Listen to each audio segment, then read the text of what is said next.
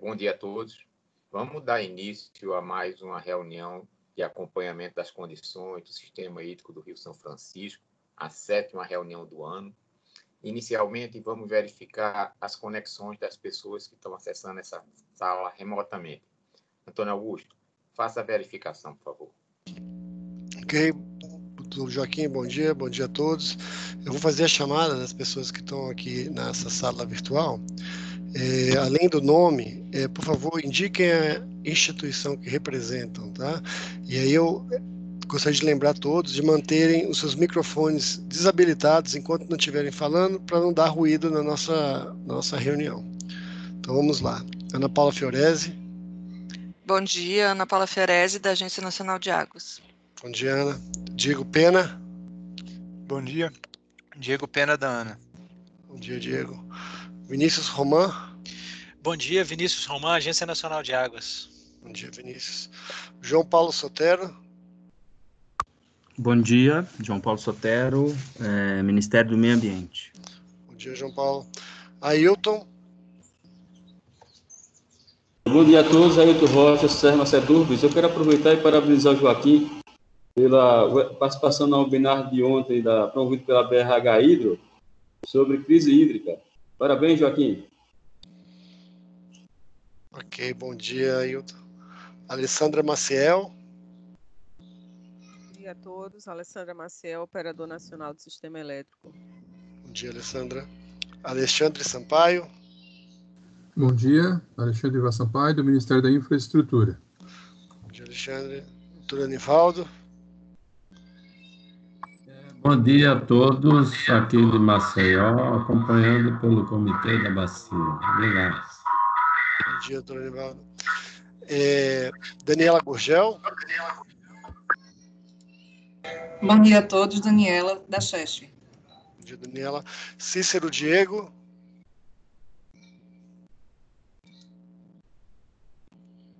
Cícero Diego. Microfone desabilitado, tá?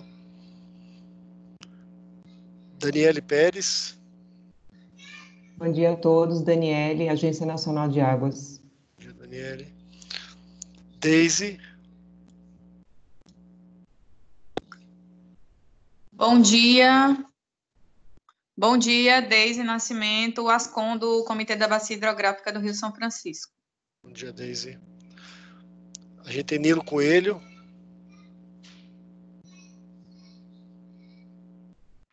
Muito bom dia a todos, Paulo Salles e Dr. Amaury Bezerra. Bom dia, Paulo. Bom dia, Amaury. Djalma Nascimento. Bom dia a todos, Djalma Nascimento, do Operador Nacional do Sistema Elétrico. Bom dia, Djalma. Elisângela.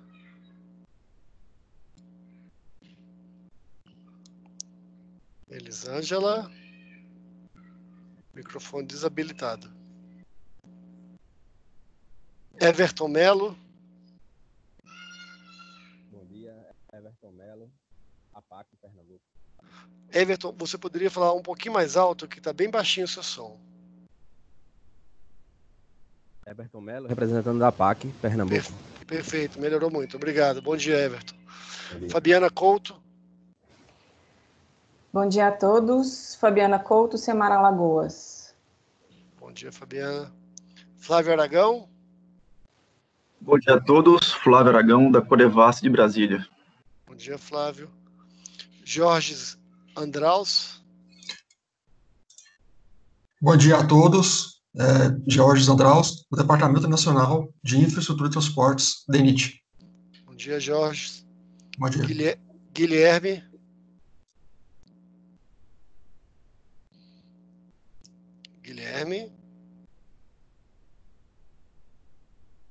Guilherme, aparentemente o seu microfone não está funcionando, tá? A gente não consegue te ouvir. Luana Ferreira. Bom dia a todos. Luana, da Gerência de Recursos Hídricos e Meteorologia do ONS. Obrigada. Bom dia, Luana. Luiz Guilhom.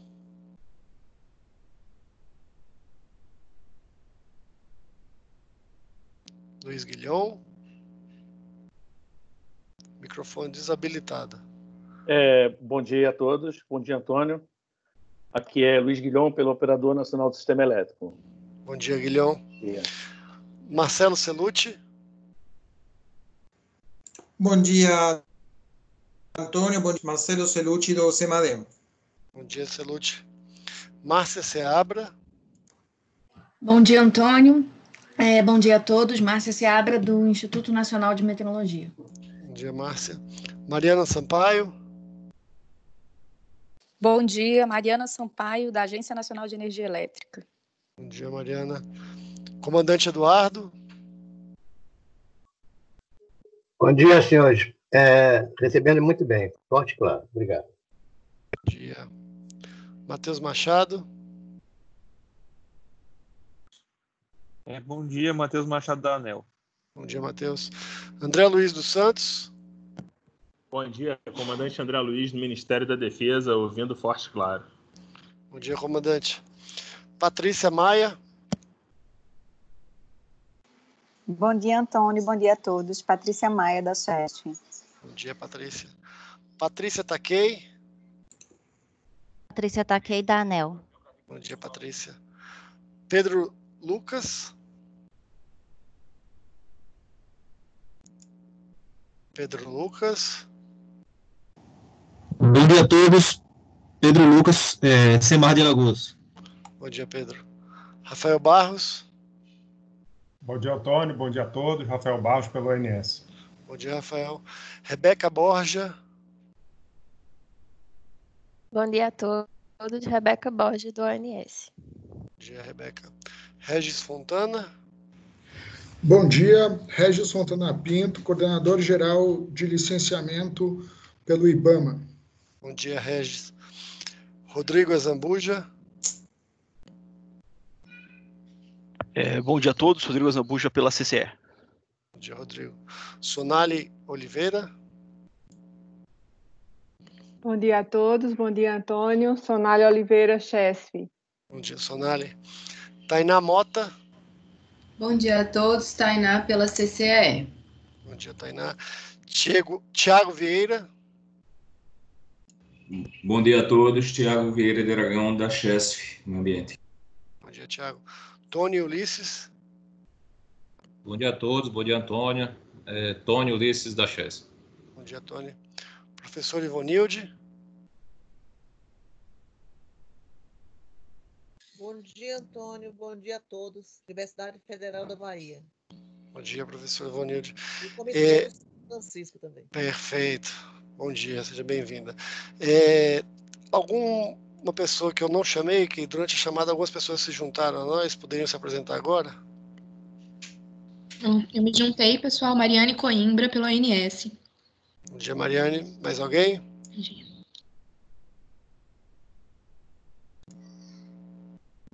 Então, Joaquim, passa a palavra. Cícero Diego, do DENIT de Petrolina. Perfeito, Cícero, bom dia. Mais alguém? Joaquim. Ok. Bom, então vamos dar início à nossa reunião propriamente dita.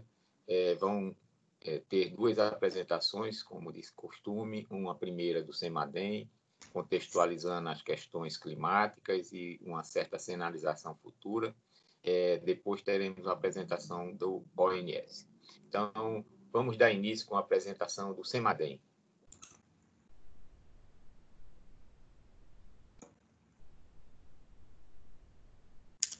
Muito obrigado, Joaquim.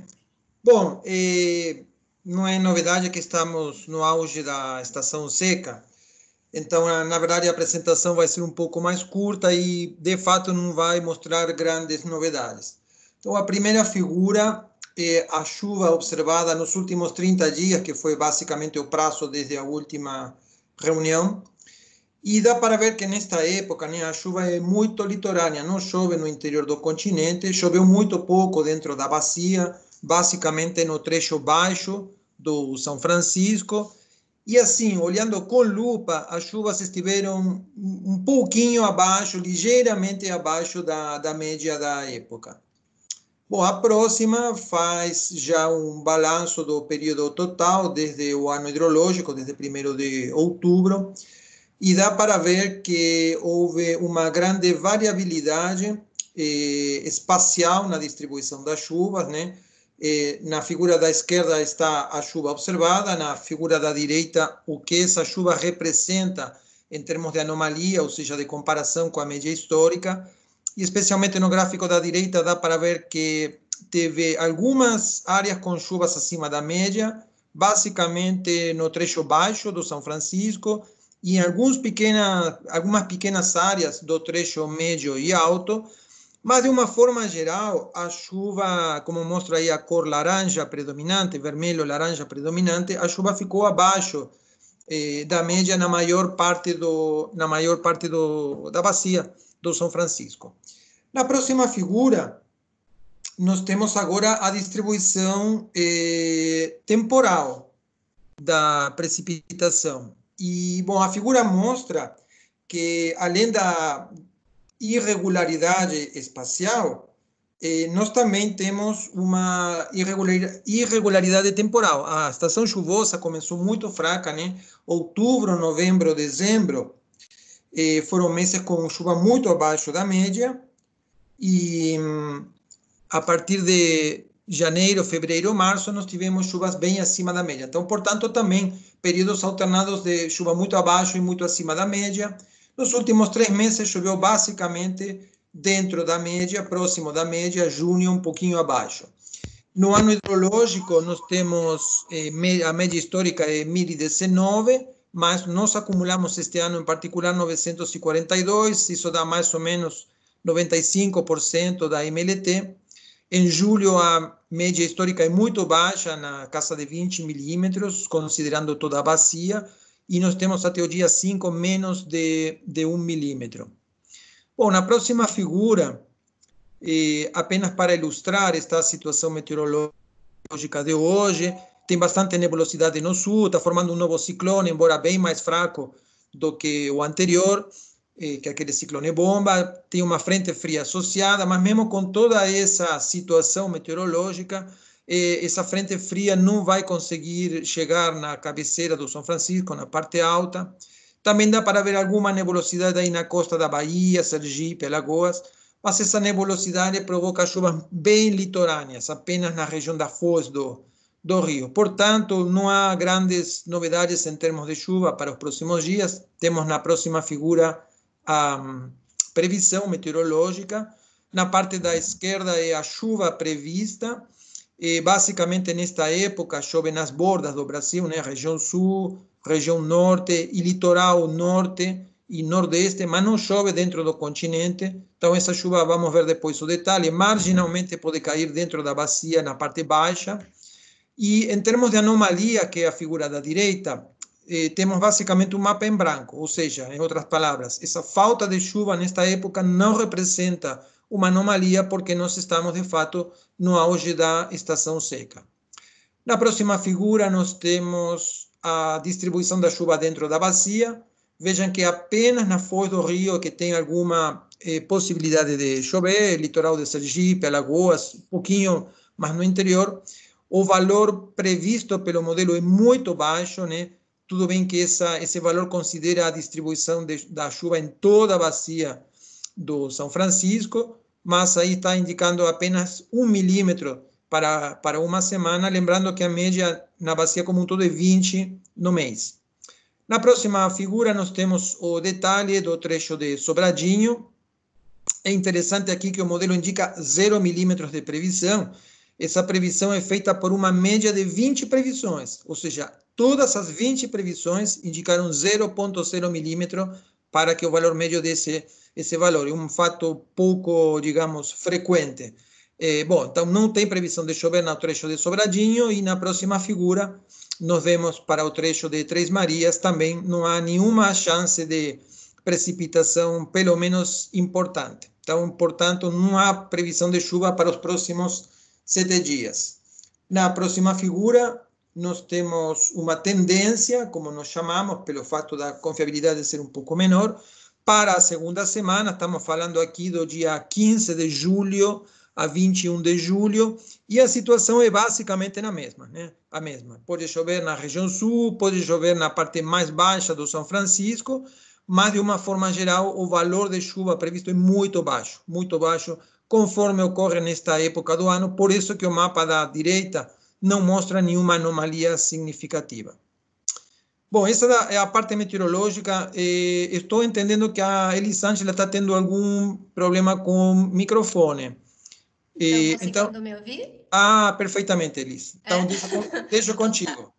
Então, tá bom. Bom dia, desculpa, eu estava desativado o microfone e eu acho que eu falei e as pessoas não conseguiram me ouvir. Meu nome é Elisângela, eu vou dar continuidade à apresentação do CEMADEM, especificamente agora para a Bacia de Três Marias, mas também já adianto que não tem grandes novidades de informação para hoje. De forma bem resumida, nós temos a condição geral de precipitação e vazão no primeiro slide, no mês de junho, especificamente para a Bacia de Três Marias. A precipitação acumulada na bacia no mês de junho foi 2,2 milímetros, isso representa um valor bem abaixo aí do esperado para esse mês, cerca de 16% apenas da média histórica. Só que lembrando que esse é um período que é importante ressaltar sempre que trata-se de um período com um índice pluviométrico muito baixo na área de captação do reservatório de Três Marias. Então, isso não vai ter um impacto muito forte na vazão, que na figura inferior é possível observar que se mantém aí, desde o início da estação seca, com valores próximos às médias, pelas médias esperadas para esse período. De acordo com os dados do ONS, no mês de junho, a vazão média foi cerca de 285 metros cúbicos por segundo, isso representa aí cerca de 90% da MLT. E nos 5 primeiros dias de dados de julho, de acordo com os dados do ONS, a vazão também se mantém aí na média esperada para esse período. No próximo slide, por favor, nós temos a previsão, a figura que representa a previsão da vazão para os próximos 10 dias. Como não tem previsão de precipitação, como o Celute já pontuou muito bem colocado, não tem previsão de muita modificação da vazão para os próximos dias. Então, ela tende a manter uma pequena redução aí, uma ligeira redução, como é possível observar pela linha vermelha na parte inferior da figura, que é o acompanhamento da previsão da vazão para os próximos 10 dias. E no próximo slide, considerando uma janela de tempo maior, que seriam os nossos cenários, nós temos a projeção da vazão para os próximos meses, que é de julho até setembro. Lembrando que a vazão média nesse período é 210 metros cúbicos por segundo.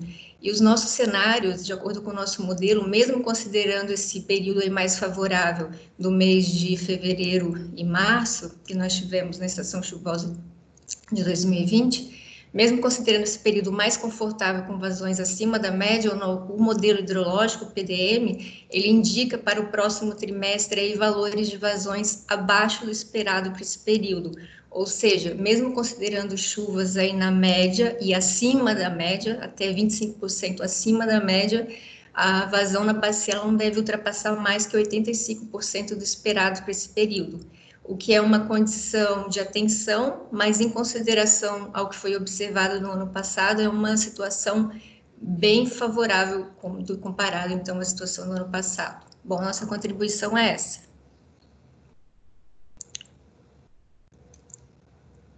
Ok, muito obrigado. Bom, uma das explicações de termos reuniões mensais é exatamente essa, quer dizer, agora, nesse período, as chuvas praticamente cessam, né? E, com isso, nós ficamos só na recessão e na operação dos reservatórios. Tá? Então, acho que não vou nem abrir a palavra para discussões sobre a questão climática e vou passar direto, então, para a apresentação do ONS. ONS. Bom dia a todos. Nós vamos fazer uma apresentação, né, mostrando a avaliação das condições hidrológicas de armazenamento, né, da bacia do Rio São Francisco e as simulações até setembro, né, nesse ano 2020. O próximo, por favor. Em termos de condições hidrológicas, destacar aí, né, esse mês de julho, né, nós temos poucos dias, né, de informações verificadas, na verdade 6 dias, né, Três Marias, nós estamos atualmente com 93% da MLT, 40º pior, né, a incremental a Sobradinho, 75% da MLT, o 21º pior, e a vazão natural total, a Sobradinho, 81% da MLT, que é o que representa, né, a 25ª pior série do histórico. Destacar também o mês de maio e junho, esse período, né, que é esse início de período seco que a gente está vivenciando, né, então esse ano de 2020 nós fechamos, né, a média desse período, né, com 88% da MLT, a incremental, a Sobradinho, 76% da MLT, e a total, né, a Sobradinho, com 81% da MLT. Ok? Então, quer dizer, já estamos num quadro, né, um pouco diferente do que a gente vivenciou nesse período de janeiro a abril, né, que a gente estava com vazões bem acima da média, né, 138, 124, 123, como a gente pode ver aí. Então, esse início período seco com vazões bem mais baixas, né? Próximo, por favor. Destacar também, a gente, em termos de acompanhamento, as vazões verificadas, né, de Três Marias, né, a gente, na última reunião, a gente tinha apontado para esse mês de julho, né, o que a gente iria ficar, né, com vazões em torno de 480 metros cúbicos por segundo, e só em agosto a gente iria aumentar para 600 metros cúbicos por segundo, mas em função de contatos com a CEMIG, né, que depois eles podem explicar melhor, né, a questão da navegação, já foi solicitado, né, o aumento dessa defluência a partir do dia 2 de julho, tá? Então, desde o dia 2 de julho que nós já estamos com uma defluência em torno de 600 metros cúbicos por segundo em Três Marias. Ok? Em função da redução, da redução brusca, né, das incrementais do trecho, né, a jusante de Três Marias. Ok? Então, tivemos essa necessidade de aumento dessa defluência. Ok? O próximo, por favor. Em termos de acompanhamento dos postos, a gente já pode ver aí esse aumento de defluência, já teve repercussão nos postos de São Romão, São Francisco, e aí vai descendo o rio abaixo, né? Atualmente, São Romão está em torno de 840 metros cúbicos por segundo, São Francisco com 1.030, tá? E aí ele vai percorrendo todo o trecho do rio, né? Sobradinho hoje está em torno de 920 metros cúbicos por segundo, tá? Mas manutenção das vazões, essa pequena subida, não em função de chuva, né? A gente vê que não tem nenhuma chuva verificada, né? No eixo da direita, né? É só realmente em relação, função desse aumento de defluência a Três Marias. O próximo, por favor.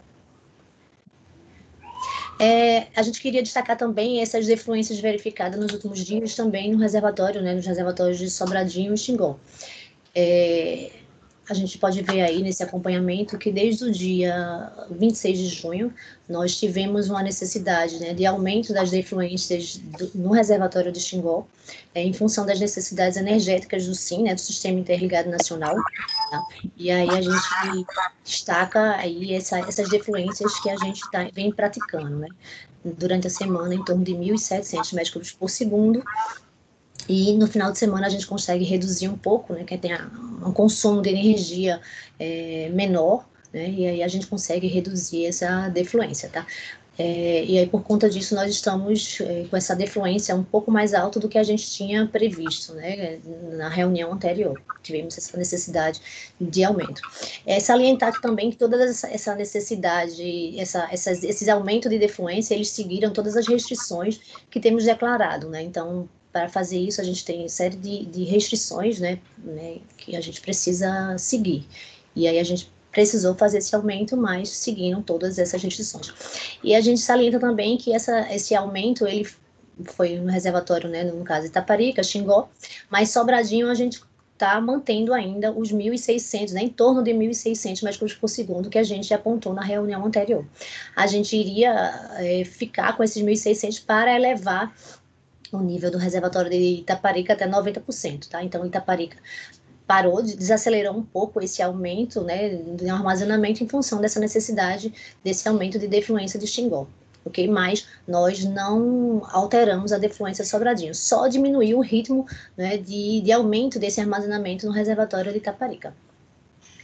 O próximo, que atualmente está em torno de 82%. Ok. Em termos de condições hidrológicas, né, só destacar os cenários de afluências que nós utilizamos. Três Marias, a primeira semana, né, nós utilizamos o modelo de MAP com previsão de chuva do modelo ETA e GFS, mais curto prazo, nessa primeira semana prevista. Da segunda semana até o final do período analisado, que é o mês de setembro, nós permanecemos com aqueles mesmos 3 cenários, né? Um cenário mais crítico, um cenário intermediário e um cenário mais otimista, né? Salientamos que nesse período, né, como estamos tratando de período seco, em função da ocorrência de praticamente nenhuma chuva, esses 3 cenários estão bem próximos, né, porque a situação é não chuva, né, então, como esses cenários dependem, né, uma simulação de um modelo hidrológico, né, em função de uma chuva verificada, né, em determinados anos, né, como não tem ocorrência de chuva, lógico, né, a tendência é que esses cenários sejam bem próximos, tá, então, mas de qualquer forma estamos mantendo aí esses cenários que a gente já vem utilizando há um certo tempo. Próximo, por favor. E aí a gente mostra aí os cenários utilizados, tá vendo a recessão que a gente se encontra, né? Pequenas diferenças a gente vê nas 3 aberturas ali no final do período, né? A partir do mês de setembro. Em outubro mesmo, que é o mês de transição, já é um início de período úmido, é que a gente vai ver uma abertura maior, né? Uma modificação maior desses cenários, tá? Em termos médios, nós estamos com o cenário, vamos dizer aí, 179 metros cúbicos por segundo, 79% da MLT. Então, os 3 cenários estão alterando em torno disso, né? 72, 79, 77% da MLT. Quer dizer, a média de longo termo, né? A média de todo o histórico que nós temos para esses meses. O próximo, por favor. Em termos de vazões incrementais, a Sobradinho, nós, do período de 7, né, hoje, até o dia 30 de julho, nós utilizamos a previsão, né, com também o modelo CEPINS, né, e nos trechos incrementais, com a chuva do modelo também ETA e GFS, né? Quer dizer, uma previsão de mais curto prazo. Depois desse período, né, os meses de agosto, e setembro, nós também temos os 3 cenários como a previsão de 3 Marias, tá? Então, um cenário em função da chuva de 2017, uma média dos últimos 5 anos, né, 2015 e 2019, e também uma média do período de 2006 a 2019. E todos também utilizando o modelo SMAP, né, quer dizer, um modelo chuva-vazão. Destacar também, mais uma vez, que os cenários estão realmente bem próximos, né, em função da não ocorrência, não ter chuva verificada no histórico, né. Próximo, por favor. Como a gente pode ver aí, tá? Então, realmente uma recessão, né, e aí destacar esse tracejado aí é a média de longo termo, né, quer dizer, a média que a gente tem, ok? E aí, nos 3 cenários, nós estamos em torno de 63% da MLT, quer dizer, uma situação bem abaixo da média, né, histórica, ok? Então, esse é o cenário, é a nossa previsão, né, que a gente tem até o final de setembro. Próximo, por favor. Em termos de perspectiva, né, entrando um pouco mais de simulação, né, na simulação em si, a gente hoje, né, encontra-se na faixa de operação normal, com reservatório acima de 60% do volume útil, né, e nessa faixa de operação a gente não tem restrição na defluência máximas mensais, ok? Utilizamos nessas simulações a defluência de 600 metros cúbicos por segundo, quer dizer, a manutenção do que a gente está vendo, né? Julho a gente permanece com 600, agosto e setembro, né? Na simulação anterior a gente vinha com 480 em julho, né? E 600 em agosto e setembro, né? E agora, como eu falei anteriormente, a gente teve a necessidade de aumento, né? Já desde o dia 1º de julho. Então, assim a gente permanece, a perspectiva, né, de permanecermos até o final de setembro. Próximo, por favor. E aí, com essa defluência, né, o reservatório de 3 Marias, né, a nossa perspectiva é que ele atinja, no início de outubro, um armazenamento de 68%, né, 69%, né, de armazenamento. Okay? Então, ele entra em recessão, a gente vê aí, né, 91,7%, 84,9%, 76,9%, até chegar a 68,9%, né, quase 70% de armazenamento no início de outubro. Ok, próximo, por favor. Para Xingó, né, no caso Sobradinho-Xingó, a gente utilizou como premissa, nesse mês de julho, né, a gente tem a perspectiva de permanecer com a defluência mais alta, né, então utilizamos o valor de 1.600 metros cúbicos por segundo, ok? Também em função dessas necessidades, né, como eu coloquei aí anteriormente, as necessidades energéticas, né, de atendimento ao Sistema Interligado Nacional, ok? E aí a gente salienta, né, que a gente está respeitando, lógico, né, o valor mínimo de 1.100, que é o estabelecido pela resolução, né, da ANA. Nessa faixa de operação que nós estamos, na faixa de operação normal, nós temos essa defluência mínima de 1.100 metros cúbicos por segundo e não temos restrição de defluência máxima, né, e aí a gente vai utilizando em função do que a gente vai, precisa, né. Já no mês de agosto, nossa perspectiva, né, de redução dessa defluência, a nossa simulação considerou o valor de 1.300 metros cúbicos por segundo, né, também um valor um pouco acima desses 1.100 de mínimo, também em função das nossas necessidades, né, eletroenergéticas, né, na necessidade eletroenergética de atendimento ao Sistema Interligado Nacional. Em setembro, a nossa perspectiva de voltar para o 1.100, né, o valor mínimo que a gente tem. Em termos de Sobradinho, a gente deve permanecer, né, a gente continua também com aquela política, né, de aumentar aquele armazenamento de Itaparica. Então, a gente deve permanecer com esse valor de 1.600, né, até o dia 24 de agosto. Só um segundo, por favor. No dia 24 de agosto, né, quando a gente atinge, né, o armazenamento de Itaparica em torno de 90%, né, 90% de armazenamento. Tá. Depois que a gente atinge o Itaparica, 90%, aí sim, a gente vai só manter, né? Então, a gente mantendo a defluência em setembro de Xingó, como a gente colocou aí, 1.100, Sobradinho deve ficar em torno de 1.230, né? Que é uma defluência necessária só para manutenção desse armazenamento em torno de 90%. O próximo, por favor. E aí a gente mostra, né, o que é que levou, para ter em definição essa questão dessa redução, né, de defluência, né, de Xingó, que a gente falou, né, a nossa perspectiva é analisar também, né, a gente colocou também nessa análise a questão da geração eólica, né, então a gente sabe que aqui no Nordeste, né, a gente conta com essa grandiosa força dos ventos, né, que tanto nos ajuda, né, nesse atendimento à carga, né, a carga do sistema de uma forma geral, o subsistema Nordeste e o sistema interligado de uma forma geral, tá? Então, o fator de capacidade, né, que ele mede, né, o que foi gerado nos parques eólicos em função da sua potência instalada, a gente sabe que historicamente, né, a gente pode ver a comparação do ano de 2017, 2018, 2019. Então, esse fator de capacidade, ele vai aumentando, né, até o mês de setembro, tá? Então, no mês de setembro, mais ou menos, ele volta a cair um pouco. Então, nós estamos no momento justamente de subida, né? Então, esse mês de julho, né, nós deveremos contar, em relação ao mês quando comparado com junho, com uma geração adicional de 990 megawatts, né? Só a título de exemplo, só uma estimativa em função do fator de capacidade dos 3 últimos anos, né, verificado, tá? Esse mês de agosto, né, em relação a junho, nós também deveremos ter um incremento de em torno de 1.600 megawatts, nessa geração eólica, né, e o mês de setembro em torno de 2030, tá? Então, quer dizer, estamos, né, contando, né, que essa geração, historicamente, ela tem um comportamento melhor nos próximos meses, né, em função, como eu falei, dessa questão da força dos ventos, né, que se intensificam, tá? E aí, por conta disso, a gente está assumindo, né, que essa geração adicional e conseguindo reduzir a defluência na cascata do São Francisco, né, quer dizer, aumenta a eólica que nos possibilita a redução nessa cascata do São Francisco. Lógico que tem várias variáveis, né, tem a questão da carga também, né, em função desse pós-pandemia, tem várias variáveis que são analisadas, né, para esse tipo de definição. A geração eólica é uma das principais, lógico, mas a gente é o que mostra, né, a nossa expectativa, né, de crescimento nos próximos meses, tá? Então, a cada mês nós vamos atualizando essa política energética, né, em função do que vamos atualizando em termos de previsão, em termos de demanda, ok? Então, essa é a perspectiva para os próximos meses. Aumento da geração eólica, né, e aí redução, né, gradativa nessa defluência na bacia do Rio São Francisco. Próximo, por favor. Aí só mostrar um pouco da questão de Itaparica, né? Acho que até os slides poderiam ter ficado trocados, mas tudo bem, sem problemas. Itaparica agora está em torno de 83%, né? Com essa manutenção de Sobradinho com 1.600, né? E com Xingó também com 1.600, quer dizer, o reservatório de Itaparica, ele vai caindo, né? Ele não consegue se manter, porque a defluência para manter o reservatório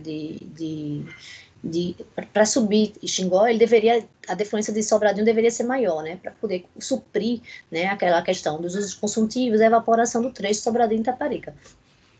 Como a gente está com a defluência praticamente igual nos dois trechos, então, lógico, né, está sendo utilizado o reservatório de Itaparica para esse aumento.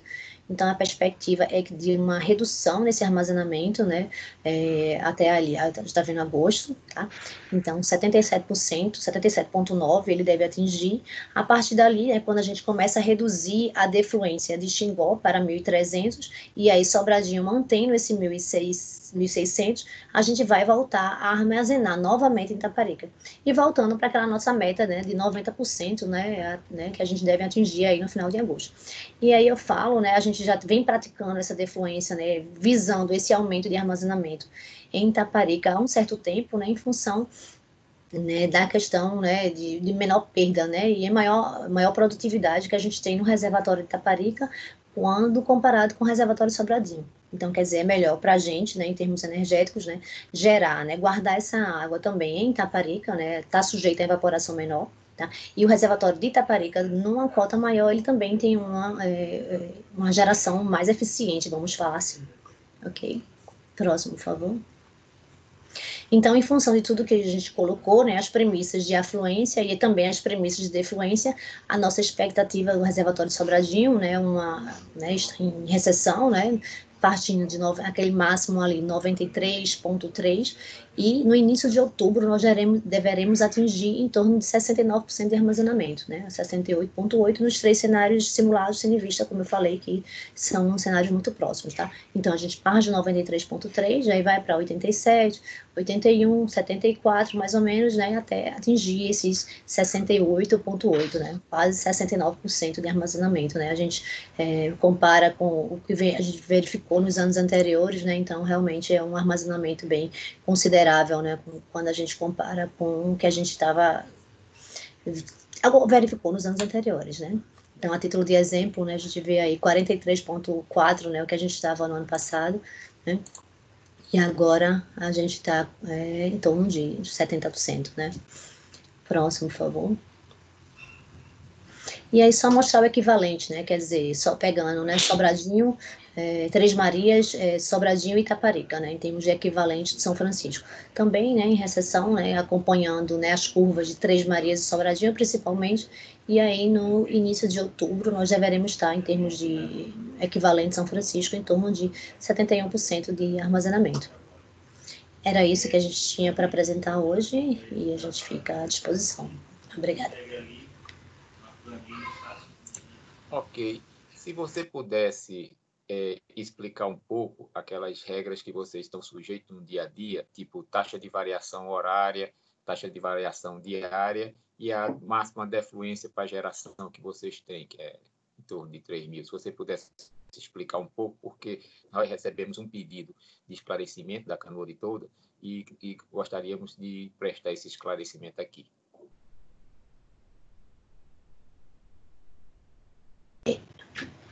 Podemos sim, Joaquim. O que a gente tem, a CHESP, lógico, pode também complementar junto com a gente, né? Que o que a gente usa de restrições são as restrições que, no caso, o agente de geração, ele declara para a gente, né, no caso. Então, hoje nós temos como restrição, tem a defluência de Xingó, né, é o que a gente está tratando, né, que é um zoom maior, a defluência de uma restrição de 800 metros cúbicos por segundo no período de 10 horas. Tá bom? Então, essa é a restrição que a gente tem de Xingó. Djalma, a gente de energia também tem uma outra, em termos de horário, né? Djalma pode me complementar aí também. Como você falou, Luana, só esses 300 na hora e 800 em 10 horas. Agora, também, Joaquim, só para complementar o que a Luana falou, para ficar mais explícita a explicação, na segunda quinzena de junho existe uma redução pré-anunciada das vazões do norte, entendeu? Então, Tucuruí e Belo Monte deixaram de gerar energia e por conseguinte, digamos assim, o sul atrasou o período úmido e está muito baixo ainda, está com 42. E aí o que é que acontece? Toda a água que deveria estar gerando lá no norte está gerando aqui no nordeste para atender o sul. Quer dizer, essa água está atendendo o sul. E, como a Luana falou, a eólica está em torno de 4.000, a tendência é subir. Então, existe aí um mês que é meio crítico aí quando atrasa o sul. certo? Então, dado que o São Francisco está com uma situação mais confortável, a gente está deslocando essa energia do São Francisco para guardar no sul, para guardar não, para minimizar o depressionamento do sul. Então, é por isso que no mês de julho houve esse aumento. Como Luana falou também, a tendência agora é diminuir, porque a derivada da eólica é subir e o sul começa a recuperar já no mês de agosto, espera-se. Sazonalmente, tende a recuperar no mês de agosto.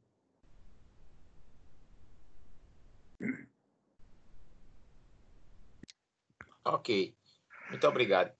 O Regis, o que gostaria de falar. Regis. Obrigado, Joaquim.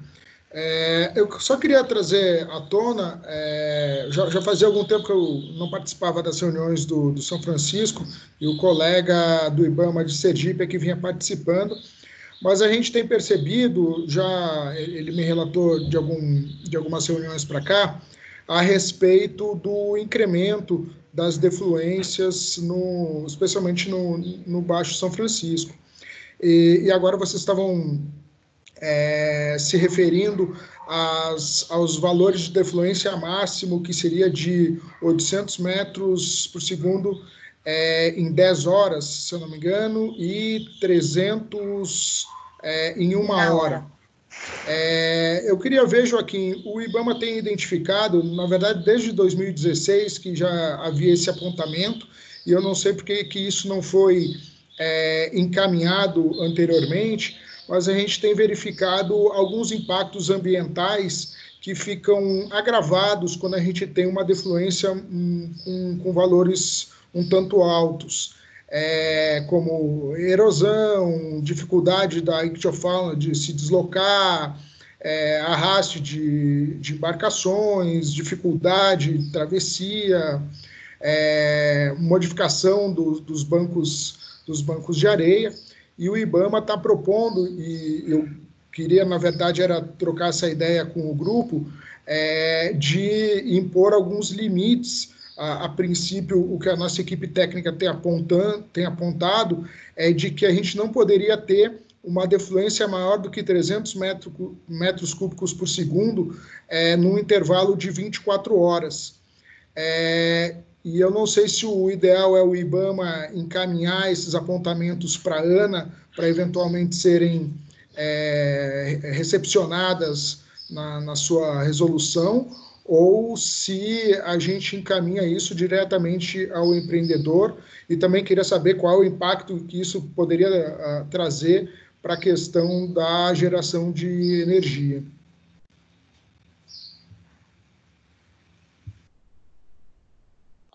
Ok. Normalmente, Regis, o que tem acontecido é que essas regras de variação horárias e diárias ficam na licença de operação nos outros empreendimentos que nós temos, tá? Nada impede que a gente discuta aqui esse assunto, porque ele tem reflexo, por exemplo, também na época de cheia, na época seca. Imagine que numa época de cheia você dizer assim, travou em 300 metros cúbicos por dia. Então, você está numa cheia e não tem... Então, isso tem que ser melhor esclarecido. É isso que eu estou dizendo. Então, eu entendo que o primeiro abordagem deve ser feita com a chefe, tá certo? E depois, se existir alguma divergência, nós podemos auxiliar aqui nessa sala, tá certo? Mas as reuniões iniciais devem ser com a chefe e ONS, ele colocar esse tipo de coisa, porque tem que diferenciar bem o que é uma operação energética, o que é uma operação para controle de cheia, esse tipo de coisa. Então, uma fixação simples de que não pode variar 300 metros por dia, ela tem um impacto razoável, por exemplo, no controle de cheia. Seria impossível fazer controle de cheia e operar o reservatório no período chuvoso, tá certo?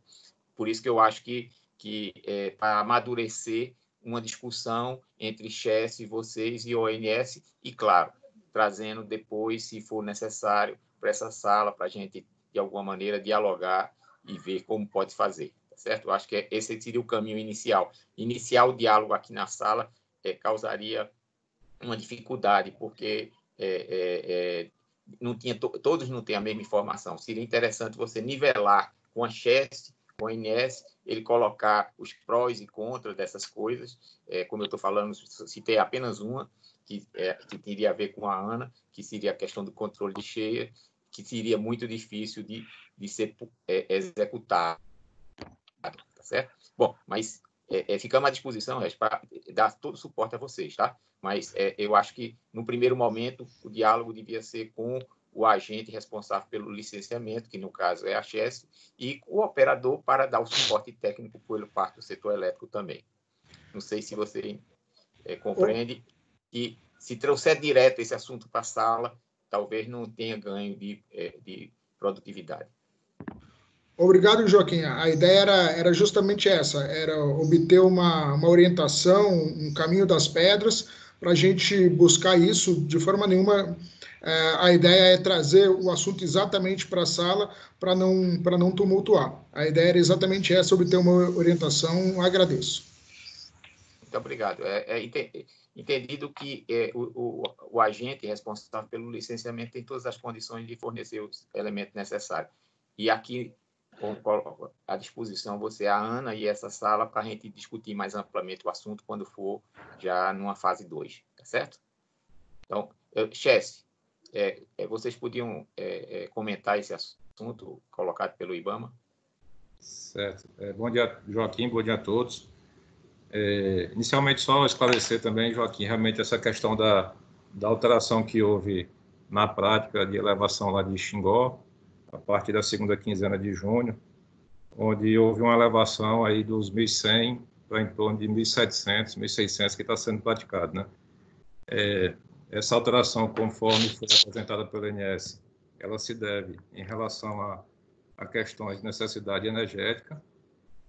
Tem sido feito na programação buscando atender restrições que estão vigentes aí de 300 horários e 800 a cada 10 horas. E acrescentaria só a questão de quando está sendo finalizada essa é uma programação, estamos falando aqui de médias mensais, né? E essa programação ela é fechada todo dia, né? Por volta aí das 22 horas.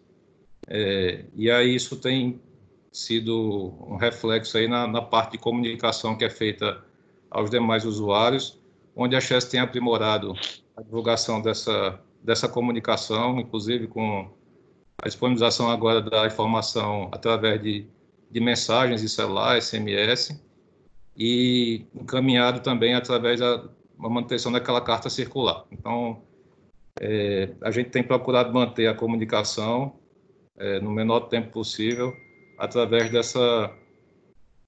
desse aprimoramento. E estamos discutindo outras informações também, outra possibilidade de encaminhar essas informações de uma forma, deixar disponível no nosso site, para que a população, de maneira geral, possa acompanhar com as defluências até horárias.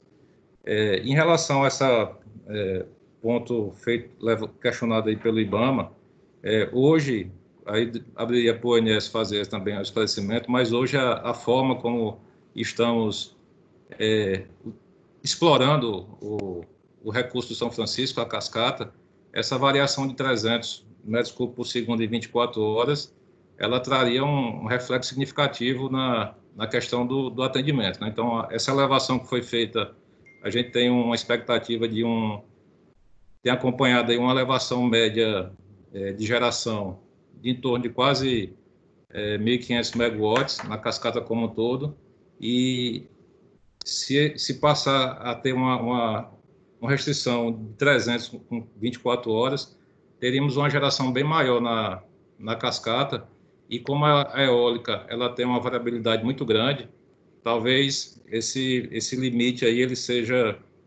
precisa ser discutido, como o Joaquim colocou, envolvendo principalmente o ONS aí que detém e quem faz a programação junto com os agentes, analisando o recurso de geração disponível no Brasil como um todo e as necessidades, para avaliarmos se seria uma restrição a ser praticada realmente de forma plausível, né? Então, com certeza teria um impacto, mas teria que ser discutido em outro fórum aí, Joaquim.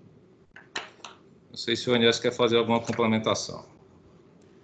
Só concordar com você, Tony, realmente, né, teria um impacto muito grande, né, como a gente sabe, o reservatório de Xingó é um reservatório muito pequeno, né, então toda a geração, como a gente fala ali, na cascata, né, no complexo ali, ele tem um rebatimento em torno do reservatório de Xingó, né, ele tem que dar essa resposta, né, em função dele não ter essa questão, né, um armazenamento muito pequeno. Então, realmente é uma restrição, né, que tem que ser muito bem avaliada, né, ter em vista, né, como eu falei, né, esse impacto. E eu chamo a atenção em termos de programação, mas também em tempo real, né, que às vezes acontece, a gente tem uma previsão em tempo real, que a previsão de geração eólica, que como você falou, Tony, ela tem uma variabilidade muito grande, né? Então, em muitos momentos a gente precisa entrar na cascata de São Francisco, né, em função do atendimento da carga de todo o subsistema Nordeste, né, e às vezes interligação, né, de todo o sistema interligado nacional, a avaliação, né, de toda essa conjuntura, né? Então, a cascata de São Francisco é realmente de extrema importância para a gente, né, e essa variação, né, de 300 em apenas uma hora é uma coisa que realmente, no dia, né, que é a proposta, né, hoje nós já temos o 300 em uma hora, realmente tem um impacto muito grande, né, então realmente é importante ser avaliado, né, num outro fórum, num outro momento, todos os aspectos. Só falando numericamente, de 800 para 300, você tem uma diferença de 500, e se coordenar de Luiz Gonzaga até Xingó, você tem uma média, uma inflexibilidade que você impõe em torno de 1.400 megawatts na variação de eólica, quando você teria que buscar recursos em outras fontes que não sei se teria tanta flexibilidade de fazer. Quer dizer, hoje você aproveita essa flexibilidade. Eu só adianto também que essas variações elas são minimizadas quando você tem uma situação normal de operação, tá? Então, o pessoal do ONS e Chess, em sintonia com a Chess, claro, sempre faz essa avaliação de, apesar de ter essas flexibilizações de 800 na carga em 10 horas e 300 horário, isso é minimizado na fase de programação, sempre junto ao ONS com a Chess, de forma a não ter variações no rio, que a gente sabe de carreamento, dos impactos que pode haver, mesmo tendo essas flexibilidades de poder variar. Mas em termos de engessamento na operação, você perde em torno de 1.400 megawatts logo de cara. Está fazendo a coordenação, como o Luana colocou, o reservatório de Xingó, ele é a metade de Mochotó, então ele não tem capacidade de absorver grandes variações num dia, certo? Por conta do tamanho do reservatório, claro. Posso complementar, Djalma? Pois não, Guilherme? Sim, eu acho que vamos botar esse assunto com todos os participantes, que ainda tem inscritos, o Anivaldo está inscrito, o Ailton está inscrito, mas eu gostaria que o setor elétrico esgotasse a sua parte. Tá, não, é só para complementar no seguinte sentido. Eu fiz aqui um levantamento dos dados praticados esse ano. Então, esse ano, só em 2 dias a gente praticou uma diferença maior que 300, tá? Então, não é uma prática você ter uma variação de um dia para o outro maior que 300. Já não é uma prática no setor elétrico, tá? Quando é que foi praticado? Muito provavelmente quando a gente tinha uma determinada previsão de energia eólica e ela não se configurou. Na medida em que você vai se aproximando para fazer a programação para o dia seguinte, muitas vezes você tem novas informações que te dizem que não vai ventar tanto, vai ter menos energia eólica, etc., etc., e você vai verificando que os recursos dentro do sistema para atender a carga não são suficientes. Então, a gente se vê com a necessidade de ter um aumento um pouco maior, um pouco mais elevado. Provavelmente, nesses 2 dias, deve ter sido isso que aconteceu. Em todo o demais histórico, desde dia 1º de janeiro até agora, não teve outras variações que dessem acima de 300 de um dia para o outro, tá? Então, é só para tranquilizar o IBAMA de que isso não é uma prática que a gente costuma fazer. Ok, eu acho que estamos convergindo no sentido de haver essa conversa e, claro, se pode colocar sempre alguma restrição que mais simples, quer dizer, é desejável 300, mas em casos excepcionais, devidamente justificado, aí vamos pensar como vocês conectam com isso na abordagem de vocês. Então, temos o Ailton para se manifestar. Tem 3 pessoas inscritas, pelo menos para meu conhecimento. Tem o Ailton, Anivaldo e o Pedro Lessa. Então, Ailton, por favor. Bom dia, Joaquim, bom dia a todos. Considerando essa apresentação que foi feita aí pelo ONS, né, que vamos chegar no YouTube com mais de 70% do volume equivalente, eu queria fazer uma proposta, Joaquim, de que a gente pudesse, no momento adequado e oportuno, começar a discutir fluxos de vazões. E, de repente, o Comitê da Bacia Hidrográfica do São Francisco, eu estou vendo que o Anivaldo está aí participando também, poderia, com a participação da nossa colega Ivonilde, fazer uma apresentação sobre essa proposta de hidrograma ambiental, para que a gente pudesse ir maturando essa ideia, e quem sabe, se não este ano, mas no próximo ano, a gente trabalhar com essa perspectiva de promover cursos de vazões ao longo da calha do Rio São Francisco. Essas são as minhas sugestões. Ok, só para nivelamento de todos, eu ia falar na sequência, que nós vamos terminar o período seco do ano, tá certo? Do ano hidrológico 2019-2020, tá certo? Com reservatórios relativamente altos, né? A média do reservatório no entorno de 70%. Quer dizer, vamos entrar no novo ciclo 2020-2021, tá certo? Com reservatório lá. Isso, entre outras coisas, tem uma repercussão em termos de controle de cheia, certo? Então, claro, se for possível conciliar controle de cheia com os pulsos, é o melhor dos mundos, né? Quer dizer, então, acho que sim, nós temos até setembro, outubro, para termos alguma abordagem teórica para enfrentarmos uma possível situação de necessidade de aumento da defluência. E se houver esse aumento da defluência, por conta de aumento de reservatórios, controle de cheia, claro que é preferir fazer dentro daquela coisa programada dos pulsos, né?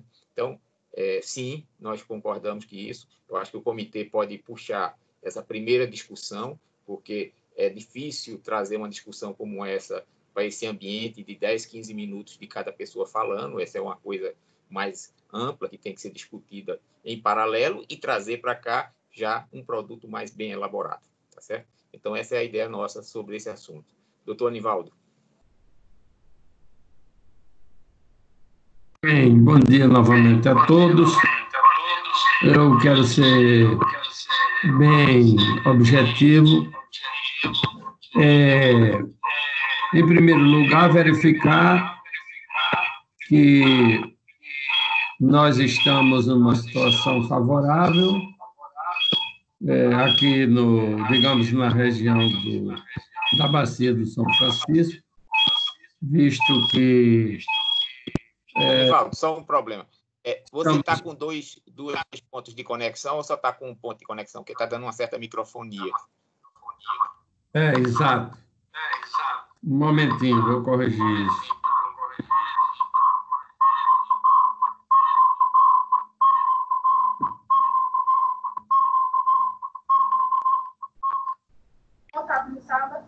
Então, é que a minha câmera não está abrindo aqui, mas tudo bem, vai o som.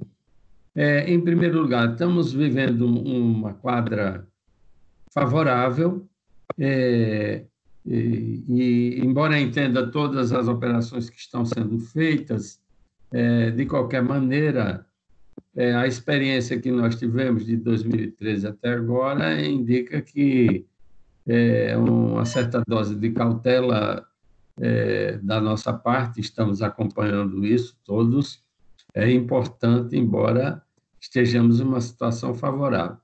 Então, eu gostaria que as apresentações do ONS fossem mais, digamos assim, detalhadas e explícitas sobre como funciona exatamente nesse momento e no decorrer desse ano, como vai funcionar essa sistemática dentro do sistema interligado. Eu acho que, no final, na intervenção, desculpe, eu não guardei o nome, foi dito o que nós estamos esperando também acompanhar, ou seja, que o sistema da região norte parou de preencher as expectativas que se tinha nele, e o período úmido no sul, no sudeste, no sul, aliás, no sudeste, aliás, não começou como previsto. Então, de fato, o sistema nosso, Nordeste, está exportando energia. Eu gostaria que o ONS mais ou menos quantificasse, né, quanta energia está sendo exportada, porque estamos num bom momento, aumento das eólicas, as nossas vazões ainda estão muito seguras, mas era interessante saber como essa coisa funciona e quanta energia nós estamos exportando. E é onde fica a chave de segurança.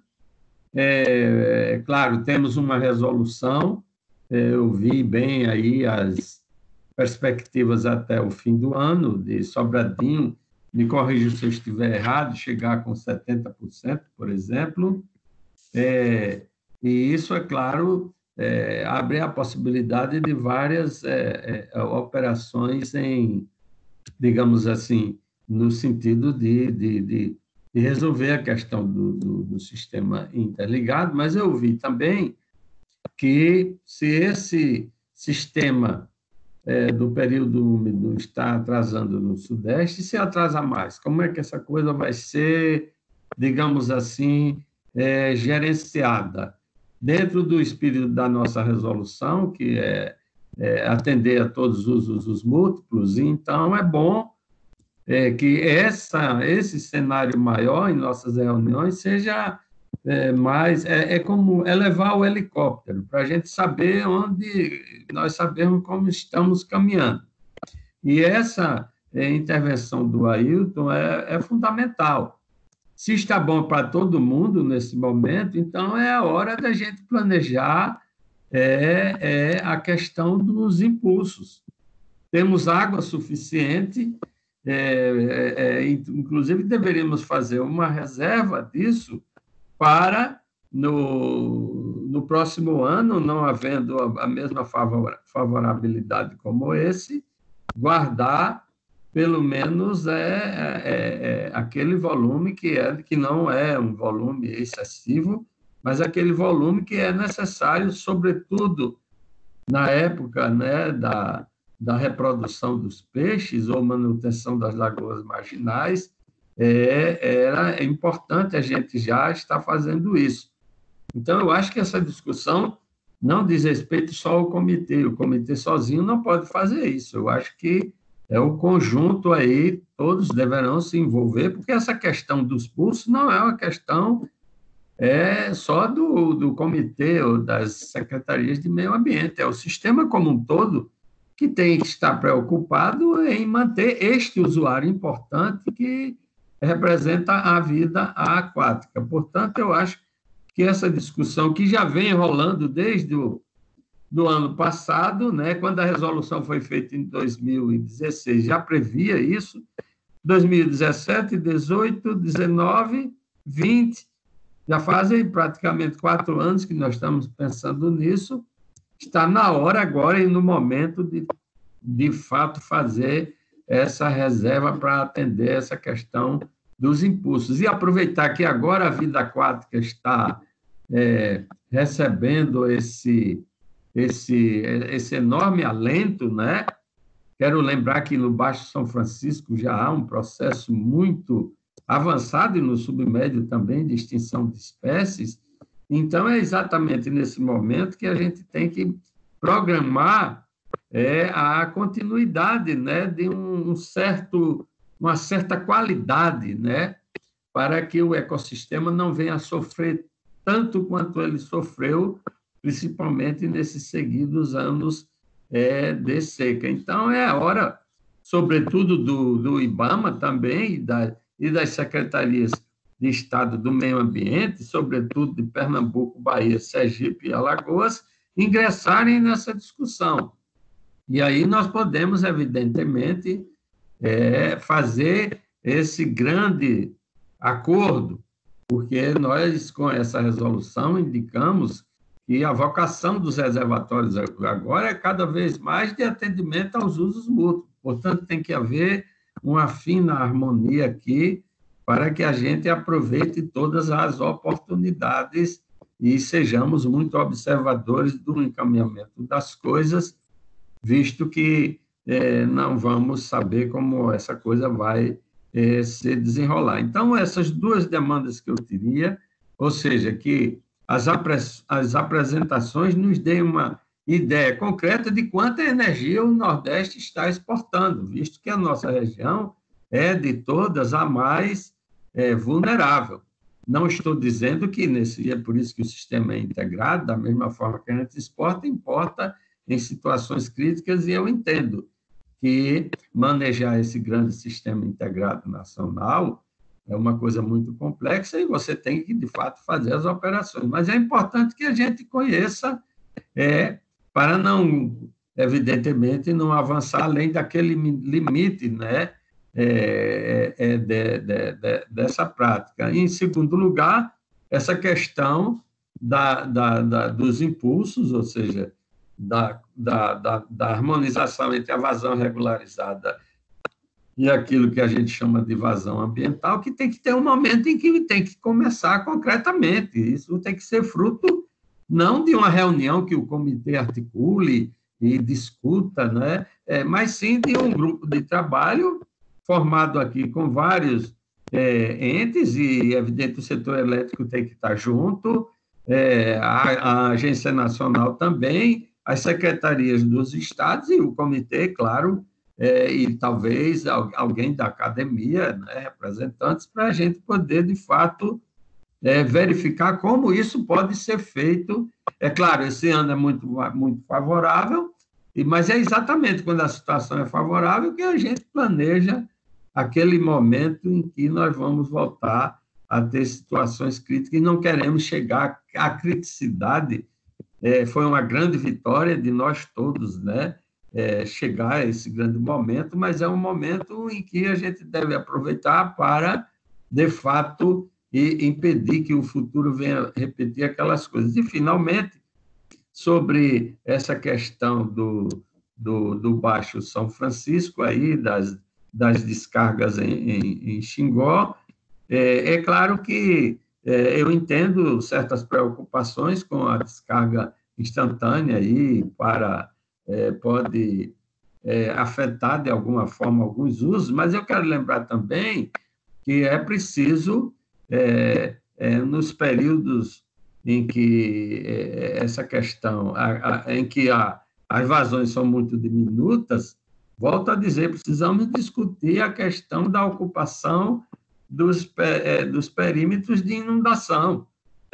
E quando ocorre uma vazão como essa de 1.700, aí, claro, embarcações e alguns equipamentos sofrem algum tipo de dano, mas é preciso ver o outro lado da questão. Às vezes as pessoas avançam ali onde é o perímetro de inundação. E quanto aos bancos de areia, se houver uma vazão que vá desfazendo esses bancos de areia, eu não vejo isso como um fator negativo. Então, nem tanto a praia, nem tanto ao mar, eu estou de acordo com o Joaquim, essa coisa tem que ser verificada, mas é claro que havendo a possibilidade das pessoas não sofrerem danos, serem muito bem informadas com antecedência, é melhor. Mas no longo curso, isso nos chama a atenção novamente para que prefeituras, Defesa Civil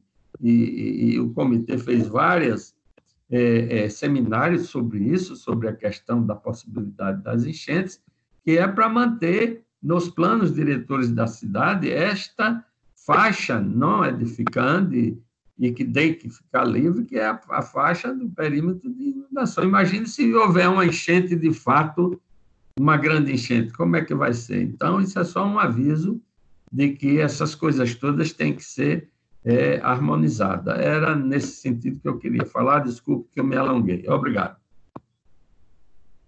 Ok, tem o Pedro ainda, mas eu gostaria de fazer só um esclarecimento. Eu queria que a Chessi falasse qual é a geração normal máxima de Xingó, né? Eu acredito que é em torno de 3.000 metros cúbicos por segundo. Chessi, qual é esse número? Joaquim, realmente a geração máxima lá de Xingó são 3.000 megawatts, né? Pouco mais de 3.000 megawatts, que dá aproximadamente 3.000 a 3.200 metros cúbicos por segundo.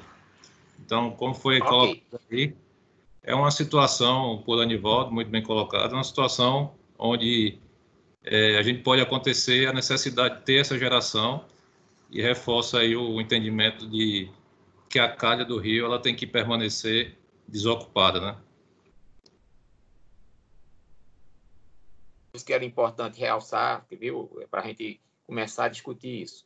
É o nível de controle de cheia que vocês estão autorizados, no entorno de 8.000 metros cúbicos por segundo, segundo eu me lembro. E o outro é a geração normal de vocês, que na teoria vocês poderiam praticar a qualquer momento, era a geração das máquinas que vocês têm, que está 3.000 metros cúbicos por segundo.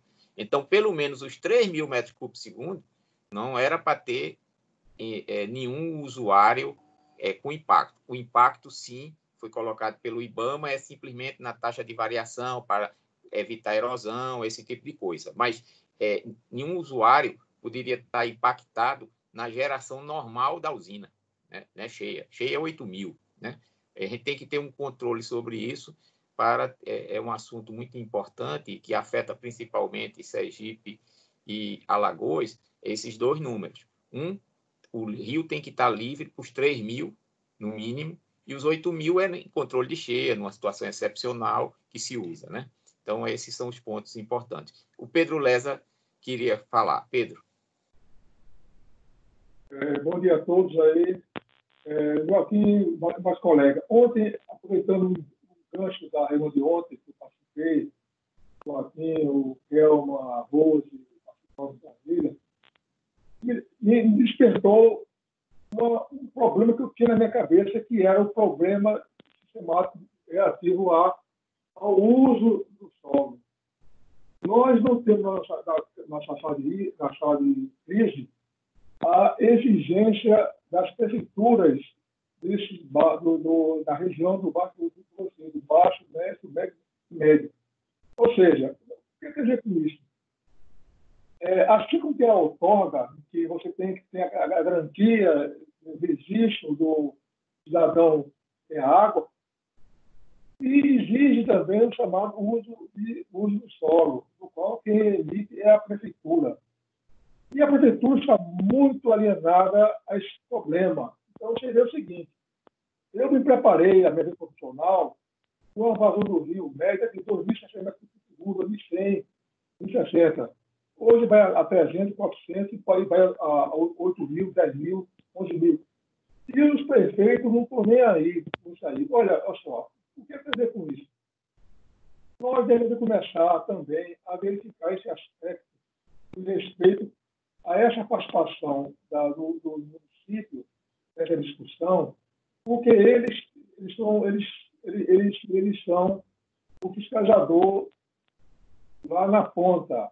Então, você vê essa população invadindo aí a cara do rio, não é? Colocando energia elétrica, colocando água. Não é? Isso aí é totalmente descaso. Bom, então, nesse aspecto, eu sugeriria que a gente começasse a tentar a exigência desses representantes do município, da região, como tem aqui no Baixo, mas nunca aparece nas reuniões, e começar a tentar para isso, com relação a esse problema de rio. Esse problema de pulso de rio, olha, vou ser sincero, se não tivermos aí um estudo científico para que isso ocorra, isso não vai dar nada, porque na realidade existe três fases. Existe Anjo Sobradinho, existe Antes de Sobradinho, que tinha lá, não existia a ponta d'água, né? Existia uma ectofauna diferente. Depois dessas comportas, das pequenas várzeas, mudou-se a ectofauna. Aí veio Sobradinho, mudou-se a ectofauna, e hoje o Baixo Francisco, por exemplo, é um rio artificial. Então, esse curso que se fala muito de subir rio, descer rio, eu fiz muito isso com acesso na década de 90 e 2000. Ou seja, para atender uma demanda mais para ecofauna, isso aí, cientificamente, eu não vejo, já procurei na bibliografia, estudo com relação às espécies que poderiam se adaptar a esse tipo de situação de subida e descer de rio de forma aleatória, como era na natureza.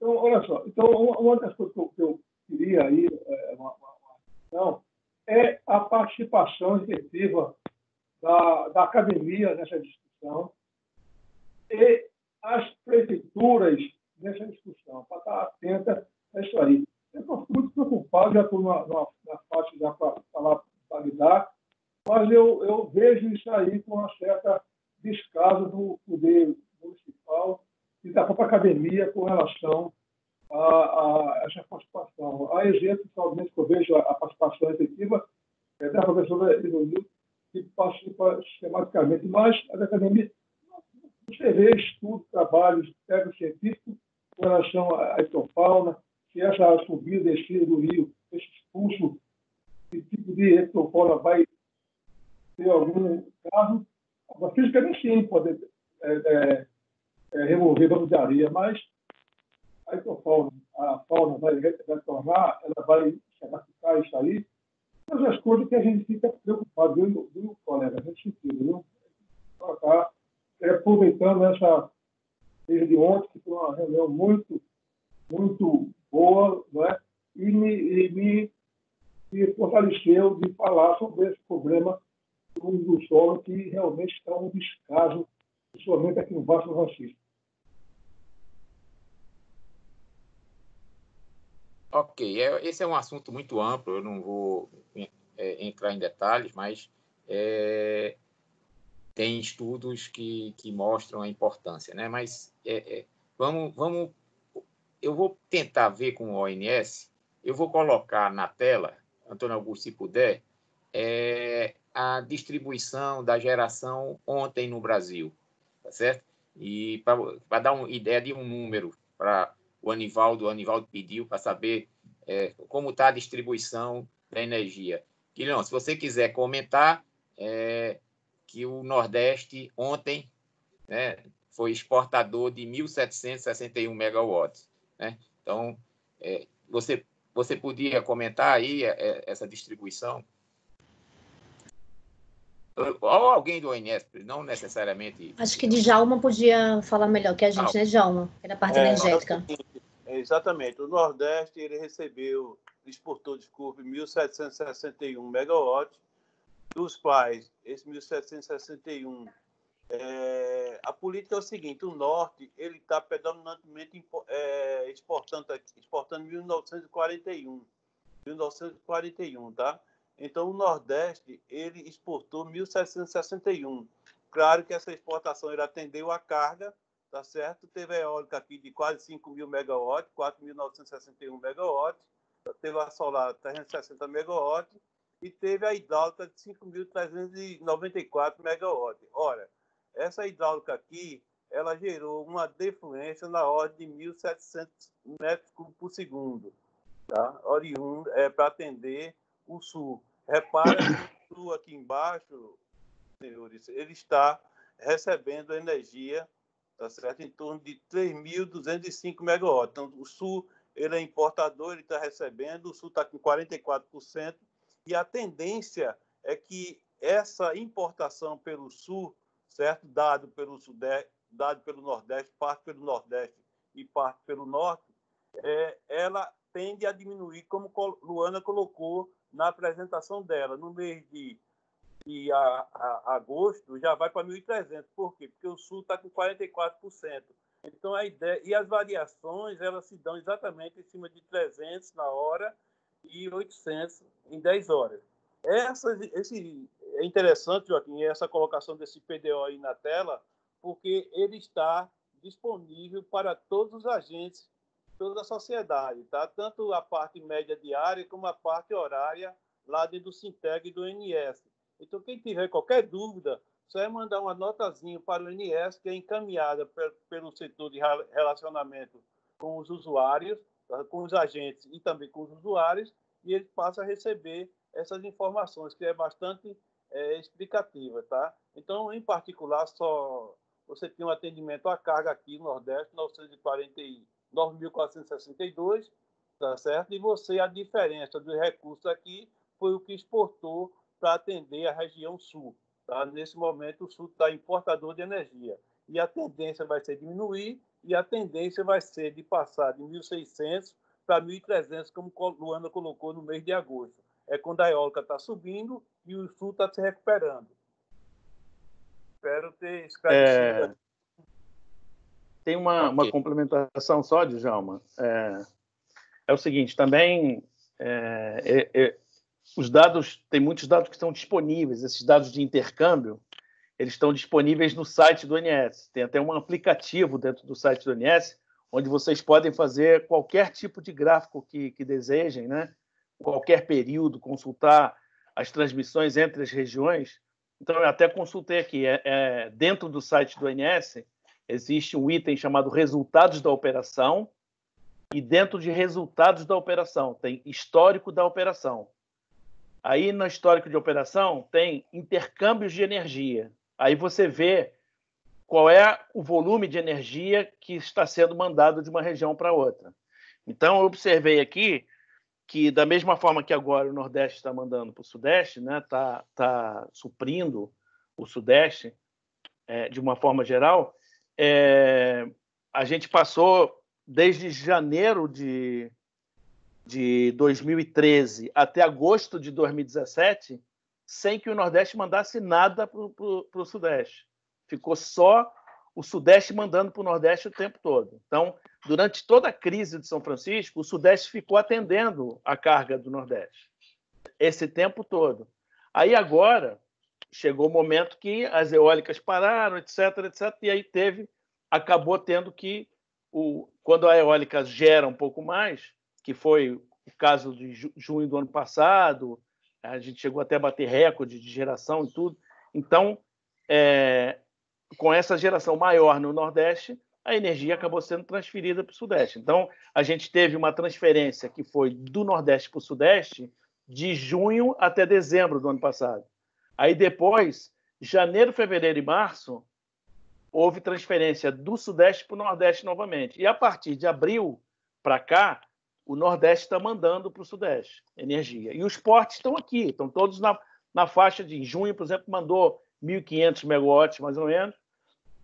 E da crise, lá no auge da crise, o Sudeste mandou quase 3.000 para o Nordeste. Então, na verdade, então os dados estão todos ali, vocês podem baixar, podem fazer gráfico.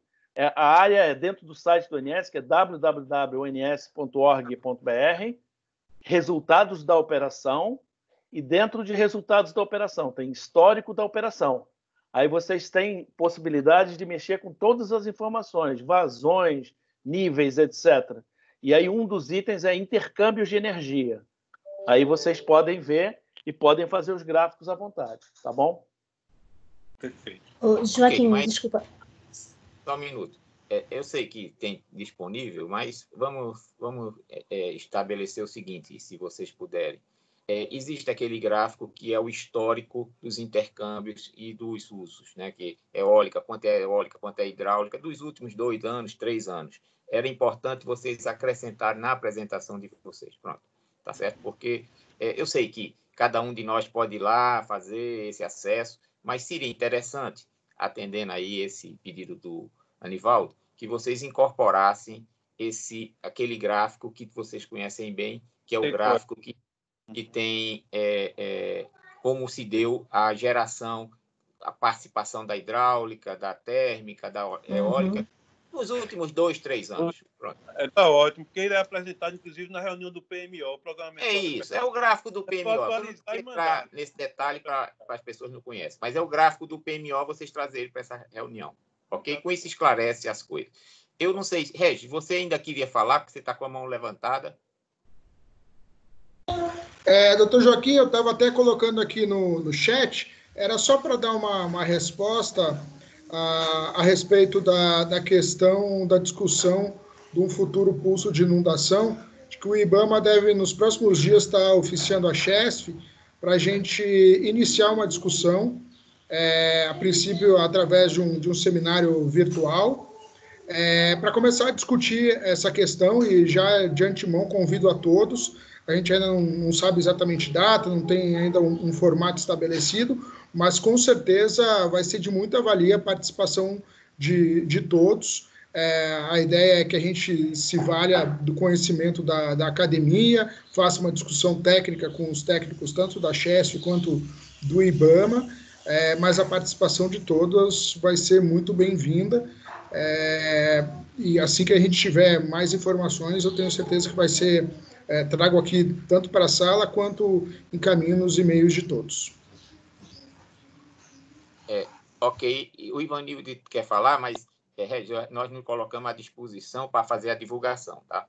Então, se você encaminhar para a agência, nós encaminhamos para a lista nossa, que é um pouco mais ampla, para todos poderem participar, já que o meio seria virtual, né? Então, eu não sei que vocês talvez tenham uma reunião preparatória entre vocês, né? E depois fazia uma um pouco mais ampla. Então, nós nos colocamos à disposição para divulgar isso. Professor Ivanildo.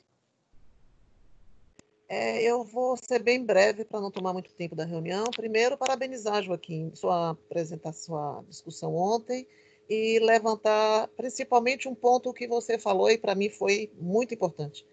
É a questão de que o sucesso do tratamento da crise do São Francisco esteve principalmente com relação à transparência, né? E eu acho que esse é um exercício que a gente tem feito aqui e tem dado muito certo. Eu continuo me colocando à disposição, aliás, não poderia ser de outra forma, que todos os meus alunos de 2007 para cá continuam estudando vazão ambiental, a maioria deles. Recentemente, a gente defendeu mais uma dissertação, associando a variabilidade das vazões com o impacto disso na ictiofauna. Tem um aluno agora começando a estudar o impacto disso nos bentos, ou seja, nos invertebrados, e há um interesse muito grande da universidade, não só da UFBA, que eu represento, mas nós formamos uma rede em que estiveram participando 6 universidades da bacia, foi uma rede de universidades buscando especialistas na área da biologia, e quando a gente fala de biologia são várias especialidades, na área da geologia e outras áreas que não vale a pena agora ficar falando muito, mas eu gostaria de reforçar principalmente o contato aí que eu gostaria de ter mais estreito com o pessoal do IBAMA, para a gente continuar estudando e contribuindo no que for possível com São Francisco. Só isso. Obrigada. Ok, Ivanildo. Você já ouviu que o Regis está programando nos próximos dias uma reunião para tratar principalmente essa questão das vazões, né? Ecológicas e interesse total de participar, tem um grande interesse de participar. No chat ele já colocou inclusive o e-mail pessoal dele, tá certo? Se você puder olhar. Eu já peguei, vou perturbar ele a partir de agora. Pronto, você perturbou a pessoa certa.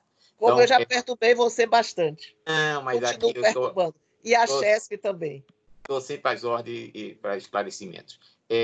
Eu pergunto agora se alguém teria mais algum assunto que gostaria, nesse momento da reunião, de querer comentar. Bom. Joaquim, desculpa, só um complementozinho em relação a essa questão da exportação, né? Só lembrar que, historicamente, né, o Nordeste sempre foi exportador de energia, né? E isso tem mudado muito, né, com essa questão da entrada da geração eólica, né? Então, em todo momento de crise, né, mesmo desde 2013, que a gente vem passando, o Nordeste, historicamente, recebeu energia dos outros subsistemas. Particularmente, esse ano, a gente está num momento diferente, né, em termos Luana, de sistema... Só uma pergunta. Luana, você disse no começo que o Nordeste, tradicionalmente, era exportador... Não, importador. Desculpa, então eu troquei o IN com o ES. Importador de energia, né? A vida toda o Nordeste foi importador. Exatamente. Com exemplo das eólicas, ele passou a ser exportador. E isso não a todo momento, né? Por exemplo, o ano passado, se me recordo bem, a gente mesmo, né, naquele momento de crise, a gente exportou, tinha tradicionalmente a tradição de exportar nos meses de julho, agosto, setembro, né? Que é quando tem maior geração eólica, tá? Então, isso, a gente exportar nesse período do ano, né, desde o início, como o Guilherme mostrou, isso é uma particularidade desse ano em função do que a gente conseguiu em termos de armazenamento, né? O Subsistema Nordeste é o que está melhor em termos de sistema interligado nacional, e por conta disso a gente está tendo que salvar, né, um pouco, né, ajudar, né, contribuir, né, para o atendimento dos outros subsistemas, ok? Então, isso faz parte do nosso dia a dia. Quando eu coloquei a apresentação, eu não detalhei para qual subsistema estava indo, porque eu acho que a gente nunca fez isso em nenhuma outra reunião, mas claro que a gente sempre pode melhorar, né? Eu coloquei que a gente estava atendendo o sistema interligado nacional, né? Então, é só reforçar isso, né? Que isso é uma prática da gente, né? A gente antes recebia, né? E agora a gente está precisando mandar, né? Então, está dentro do processo de otimização. Só complementando, Luana, essa importação feita pelo Nordeste, desde esses 8 anos da crise do São Francisco, ele se deu para atender às defluências estabelecidas nesse fórum, tá? Então, a eólica, por exemplo, dava 4.000, tá certo? Você estava com São Francisco com 800, com 900, então você estava com a eólica relativamente alta, mas não era o suficiente para atender, tá certo, a carga. Então, você importava para manter a defluência estabelecida nesse fórum, nessa sala de crise, que foi o que se deu durante todo esse tempo, com muita, digamos assim, muito esclarecimento e muita visibilidade para a sociedade.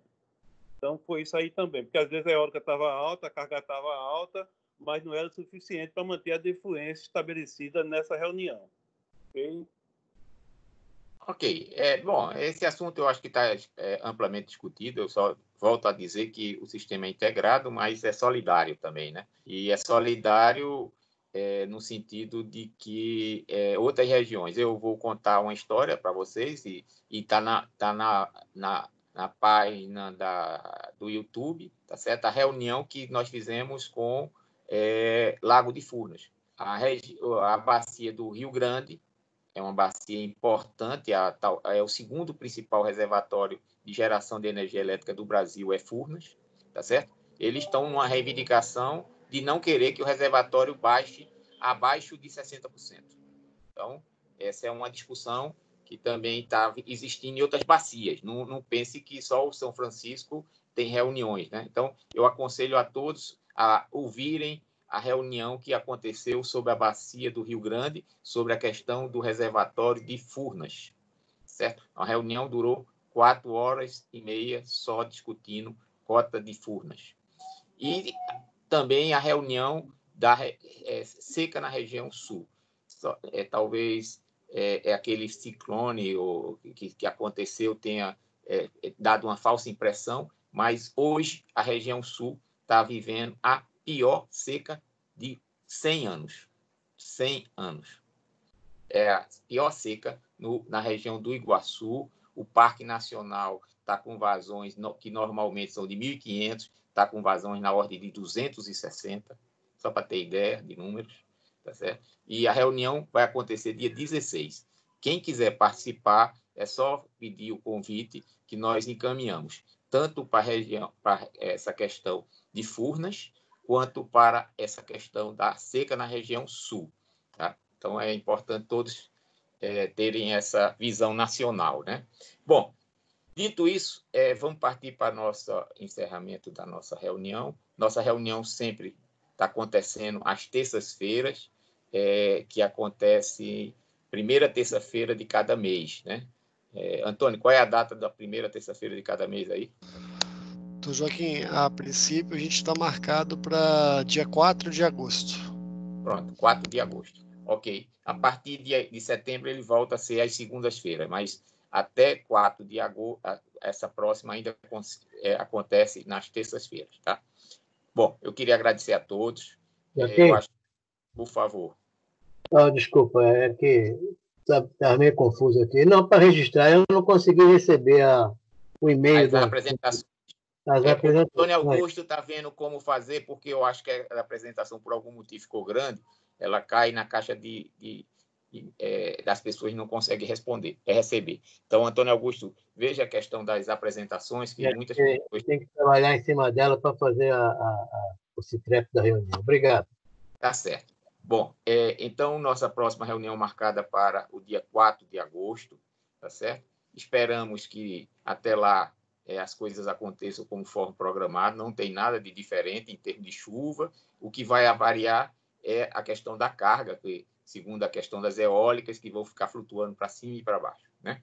Mas era importante que o ONS se preparasse para a reunião para apresentar também essa questão dos intercâmbios e a produção de energia, que o ONS não disse, mas eu posso dizer que antes o Nordeste gerava muita com térmicas, e hoje a participação de térmicas na geração de energia elétrica no Nordeste caiu muito.